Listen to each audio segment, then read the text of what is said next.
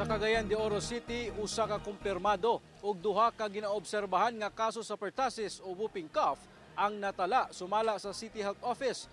Ani ang dugang detalye. Gikumpirma karon ni Dr. Rachel Dilla, ang City Health Officer sa Cagayan de Oro City Health Office, nga aduna nay tulo ka mga bag-ong kaso sa sakit nga pertussis o whooping cough ang natala karon sa syudad. Dugang sa opisyal nga usa ka 3 months old nga bata ug duha ka 2 months old ang ilang ginamonitor karon sa maong sakit. Hinuon stable na kuno ang ilang mga kahimtang. Naatay tulo ka kaso, ang isa ani confirm, ang duha suspect pa nang.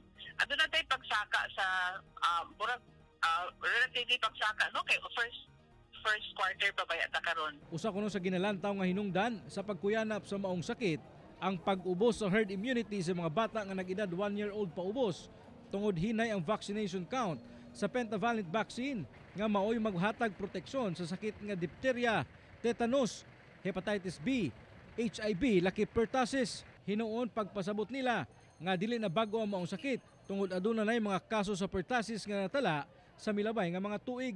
Cagayan de Oro sa pipila na ka mga higayon, premium man yun siya 95%, 96%, ana. Taas gikita coverage sa immunization at sa mga bata less than 1 year old. Pero during sa pandemic, COVID pandemic, nagbubo na siya to 77, 77, 78, unya na 80, nya last year gani 86 rata ang atong fully immunized children. Gihimakaksab sa opisyal ang nagkalat nga report sa social media nga aduna nay pertussis outbreak sa syudad. Kontrolado ug bantay sarado kuno nila ang tulo ka mga pasyente. Apan awhag gihapon niini sa mga ginikanan nga adunay mga anak 1-year-old pa ubos nga mobisita sa ilang mga barangay health centers aron mabakunahan ang ilang anak kontra pertussis. Pwede sa adults, pwede sa mga teens, walay pili sa edad.